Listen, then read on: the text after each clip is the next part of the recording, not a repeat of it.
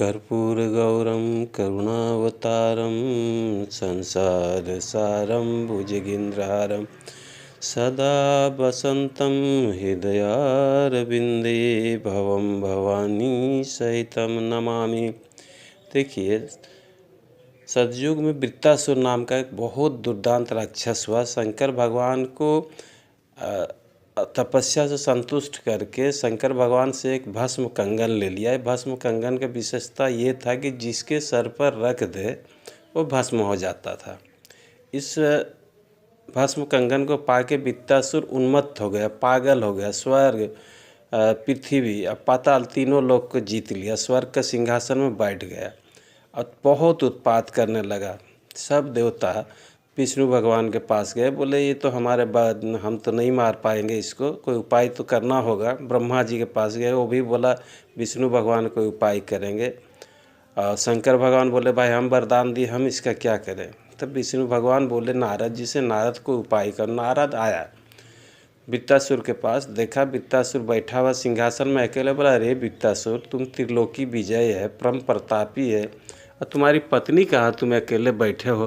बोला क्या बात है बाबा, कोई भी इतनी अप्सराएं किसी से कर लेंगे। बोला अरे नहीं नहीं नहीं नहीं, अभी के हिसाब से सबसे सुंदर और सबसे गुण संपन्न नारी तो केवल पार्वती जी हैं, तुम्हारे गुरु शंकर भगवान की पत्नी। हाँ, बोला चला शंकर भगवान के पास गया, बोला प्रणाम किया, दंडवत प्रणाम। बोला प्रभु। शंकर भगवान बोले हाँ। बोले ये जो आपके बगल में बैठी है पार्वती, इसको हमको दे दीजिए, हम विवाह करें। शंकर भगवान गुस्साए, बोला अरे पागल, ये तुम्हारी गुरु माँ है, इससे तुम विवाह करोगे। बोले छोड़िए उसे, गुरु माँ क्या होता है, हम असुर हैं और आप हमको दे दीजिए, अन्यथा देखिए भस्म कंगन है, इससे हम आपको जला देंगे। अब शंकर भगवान बड़ी शंका में पड़े। भैया पार्वती भागी, वहाँ से गई विष्णु लोग। शंकर भगवान इधर उधर भागने लगे, वृत्तासुर दौड़ाए उनको। अब विष्णु भगवान बोले माता कब घबराइए नहीं, इस दुष्ट का विनाश अब हम करेंगे। शंकर भगवान इधर उधर भाग रहे थे, विष्णु भगवान तुरंत पार्वती मैया का रूप ले लिए आए। अब बोले रे वृत्तासुर, तुम विवाह करोगे हमसे। बोले हाँ। तो बोले एक काम करो, ऐसे हम तुमसे विवाह नहीं करेंगे। तो बोले क्या करना है बोलिए। बोले तुम हमको गड़थैया नाच के दिखाओ, इसमें एक भंगिमा होता है कि हाथ को ऊपर नीचे किया जाता है।